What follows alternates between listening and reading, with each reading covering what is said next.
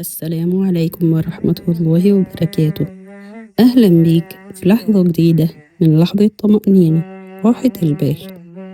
مش إن الدنيا تبقى تمام ولا إن كل حاجة تمشي زي ما أنت عايز. راحة البال إنك تبطل تحارب في كل الاتجاهات. في ناس تعبانة مش من اللي حصل، لكن من التفكير فيه 1000 مرة، من سيناريوهات ولا عمرها هتحصل. وربنا سبحانه وتعالى قال: لا يكلف الله نفسا إلا وسعها. بس إحنا أحيانا بنكلف نفسنا أكتر من وسعنا بكتير. بنشيل هم الناس والنتائج والزمن وكلام اتقال وحاجات فاتت وحاجات لسه مجتش. راحة البال إنك تفهم إن مش كل حاجة محتاجة رد، ولا كل موقف محتاج تفسير، ولا كل حد محتاج إقناع. قال النبي صلى الله عليه وسلم: من حسن إسلام المرء تركه ما لا يعنيه.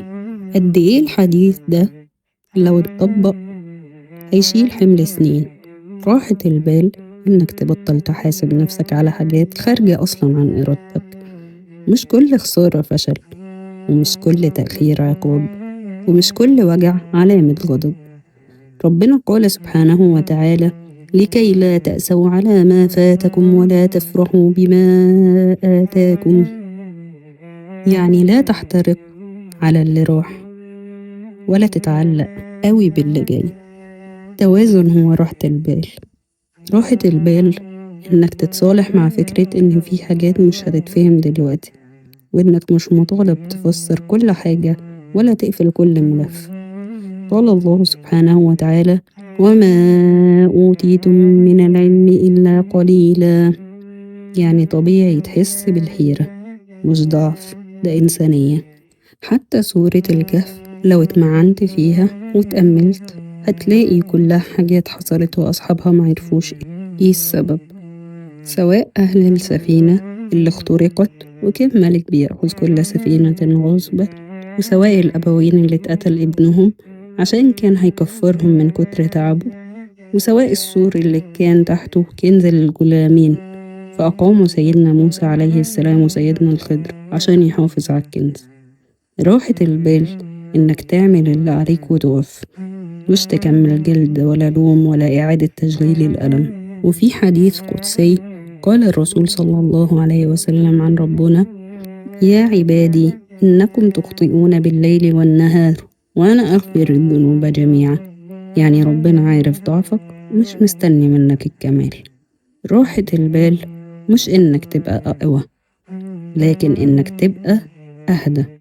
لو قلبك مرهق مش محتاج حل قد ما محتاج تقف وتقول: يا رب أنا تعبت وشلت كتير قوي وحاسس إن هي فوق طاقتي، لا يكلف الله نفسا إلا وسعها، وسيب الباقي على ربنا. دي مش هزيمة، دي حكمة. ولو الكلام ده لمسك قول: اللهم ارزقني راحة البال والرضا عن كل شيء. اللهم يا أرحم الراحمين، الحمد لله حتى ترضى، والحمد لله إذا رضيت، والحمد لله بعد الرضا. اللهم لك الحمد كما ينبغي لجلال وجهك وعظيم سلطانك.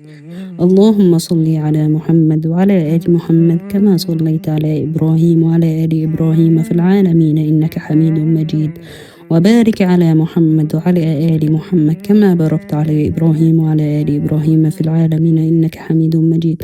اللهم جازي رسول صلى الله عليه وسلم خير ما جزيت نبي عن أمته، وخير ما جزيت رسول عن رسالته. اللهم اغفر لنا وارحمنا وعافنا واعف عنا. اللهم تقبل منا واحسن إلينا. اللهم ارض عنا وارضينا، واغفر للمسلمين والمسلمات والمؤمنين والمؤمنات وموتانا وموتى المسلمين أجمعين يا رب العالمين. اللهم إنك عفو تحب العفو فاعف عنا. اللهم بلغنا شهر رمضان برضوانك، وارض عنا وارضنا، وارزقنا وتقبل منا.